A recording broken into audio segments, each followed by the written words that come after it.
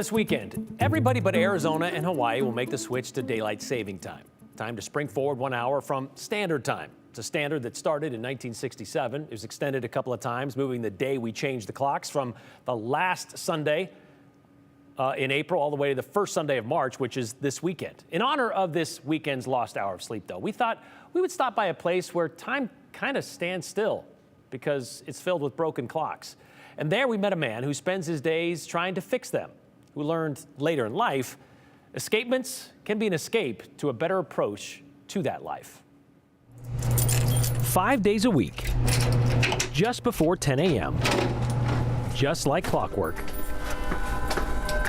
Steve Hernandez starts his day in his basement boutique. Calling it a boutique may make this clock shop sound a little fancy, but not as much as the name does. The horologist. And it looks like it's the hot horologist. Yeah.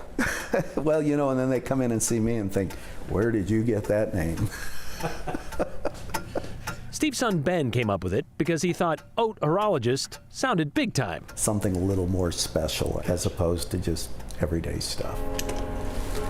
So this is an old clock off of a ship. Steve has faced the inside of this clock for 3 days. As you see, there's still some wear and tear here. So it's a profession that takes perseverance and patience. Yes.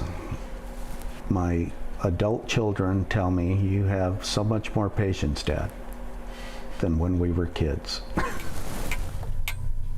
Clocks and watches always fascinated me.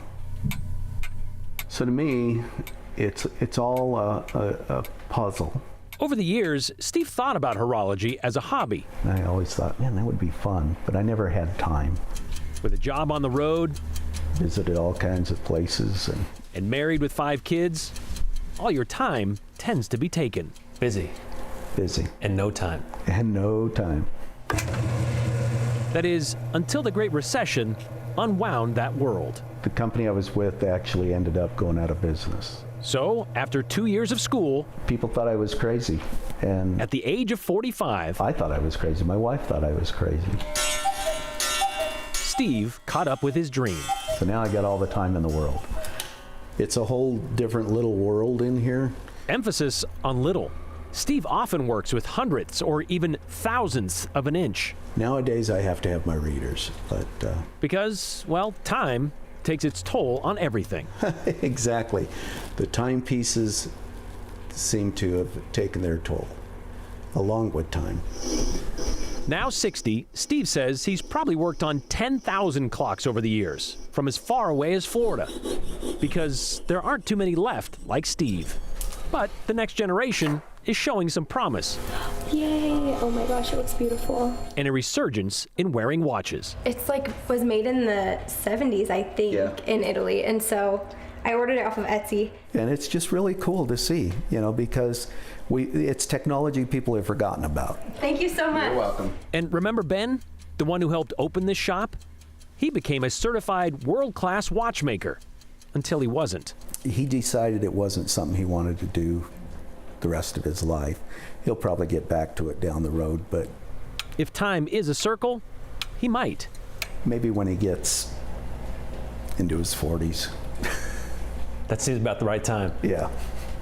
You know, when you finally realize chasing that mighty dollar isn't everything. For Steve, You know, I work long hours and I don't complain, and the current pace it's great. is perfect. Am I going to retire wealthy? No, but I'm going to retire happy. And for now, time is on his side. People say, well, what are you going to do? You know, aren't you going to retire? Do what, a hobby? This is my hobby, so I'm going to do it as long as I can. Till time runs out. Yep, till time runs out. You know, it's never too late to restart that clock, by the way, Steve says, pursuing any passion you might have. Steve doesn't just spend his days working with small parts either. He told us he's also been working on the Boise Depot clock, and not that long ago, it was in pieces in his shop. Steve says next week, like clockwork, he's going to get a lot of phone calls from people asking how to adjust the hands on their grandfather, their mantle, or their cuckoo clocks. By the way, Idaho has tried 10 times to opt out of daylight saving time, dating back as far as 2001. This year's attempt has been sitting in the House State Affairs Committee since February 5th.